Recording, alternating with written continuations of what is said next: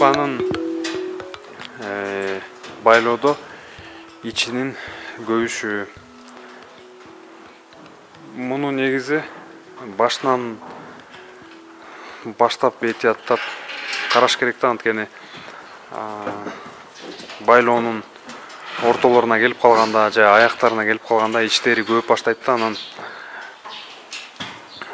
аябай режим болуп калганда, мисалы жемин эртең менен жеп, анан кечинде жеп бир убактачы, анан ичи көөп кеткенде, мисалы ошол күнү жем жебей калышы мүмкүн да, жемден баш тартат, анан режимдин бузулушун билдирет да. Анан негизи ичи көөп, улам бир 2-3 жолу ичи көөп кеткен бука туруп калат, үүсүүсү дагы токтойт, семириши дагы токтойт, анан кыйын болот да, кайра жемди азайтып башташ керек болуп калат дагы. Бирок мисалы 4-айында келген бир көөлөм бар да, мисалы 5 килограмм, 6 килограмм мисалы жесе, кайра сиз ал килограммды бере албай каласыз да, анткени улам ичи көөбө берет.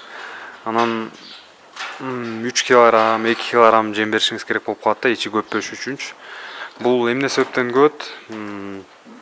Башынан баштап көп жем менен баштаганда көөп кетет да, анан көп чөп дагы берилип калса, суусу аз болуп калса, негизи бул ичтин көбүшү 9 кат да. 9 каттын ичи катуу болуп, чөптөр өтпөй калат дагы, кептелип калып, анан ошондон ичи көбөт да, суу аз болгондон. Анан ошол эле жанагы жемдин көп болушу, анткени башынан баштап эле мисалы өтө көп жем жеп баштаса, ашказандары ал жемди иштете албай, анан ичи көбөт да.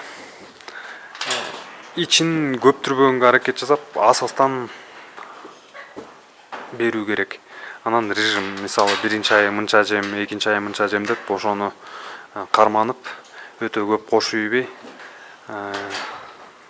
күтүп анан бериш керек да, бир норманы алып алыш керек да. Бул ошо норма менен кетиш керек, андан ашырбаш керек да. Ичин көптүрбөгөнгө аракет жасаш керек. Эң негизгиси, ичи көбө берсе, бүтү режим бузулуп кетет дагы, анан туруп калат, негизи эттенбей деле калат. Ошол бука оңолбойт жакшы делечи, ичи көбө берген букачы. Аны сойгонго туура келип калат да. Ошо достор. Андан башка ошо болгону, шашпаш керек. Бат-баттан эле семире калат деп 5 ай, 6 ай, 7 айга чейин күтүп, ошол айда баягы сиз күткөн көөлөмгө келет да бука. Анан эң негизгиси буканы бул убакыт семиртет да. Жанагы нормалар менен кете бериш керек да, анан күтүш керек болгон. Убакыт семиртет. Ошо достор, ич көпкөн жөнүндө ушундай маалымат. Анан эгерде ичи көпсө, эмне кылыш керек? Ичи көпкөндө биз суу майды куябыз, жанагы тамакка колдонгон. Ичи көп туруп калганда эле суу майды алып келип, бир 200-300 миллилитр, 300 грамм ошондойду куюп иш керек дагы. Анан жарым сааттын ичинде өзүнүн калыбына келет. Ал болсо баягы тоюттун жылышын жеңилдетип, кайсы жери бүтөлүп калса ошол жерден чыгарып кеткенге жардам берип, анан газдарды, желди чыгарат да иштенчи. Анан ич көпкөнү кетет да. Негизи элдерге жайылып кеткен баарына белгилүү метод ошондой. Суу май куюшат да. Осуна анан кола же болбосо башка нерселерди мен куюп көрүлөкмүн, болгону ошол методду колдонуп келем да. Суу май куям да, ичи көпкөндө болду, анан кетет. Анан ошол буканы кайра акыркынан жемин азайтып, анан кайра асастан кайра көбөйткөнгө туура келип калат. Болуп калат да, негизи андай болбойт деп айтыш дагы кыйын да. Көп бука бакканда бирөөнүн организми мисалы жакшы иштей албашы мүмкүн да.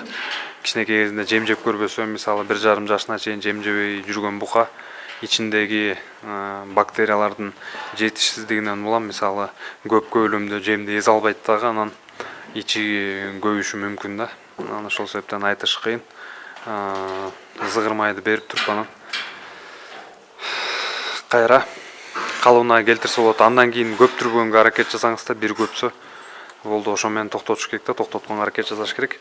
Чөптү азайтасыз, анан жемин азайтасыз дагы, кайра тууралайсыз да. Чөптү да көп бербешиңиз керек да, нормасы менен. Анткени биздин чөптөр дагы узун да, мисалы майдаланган чөп болсо да жакшы болмок да, мисалы логистикасы, ашказандардагы логистика жеңил болмок да, анан биздики узун чөптөр болот да, анан ошолор дагы негизи ашказандардан биринен бир жака өткөндө дагы тыгылып калышына дагы ошо бир жол түзүп бериши мүмкүн да. Бирок булар эми баягы эң негизги ашказанга топтолот да барып чөптөр, анан аны алып кайра кепшеп эзип атпай майдалапчы, анан негизи чөп дробилкадан өтсө дагы майдаланып берилсе да жакшы болот.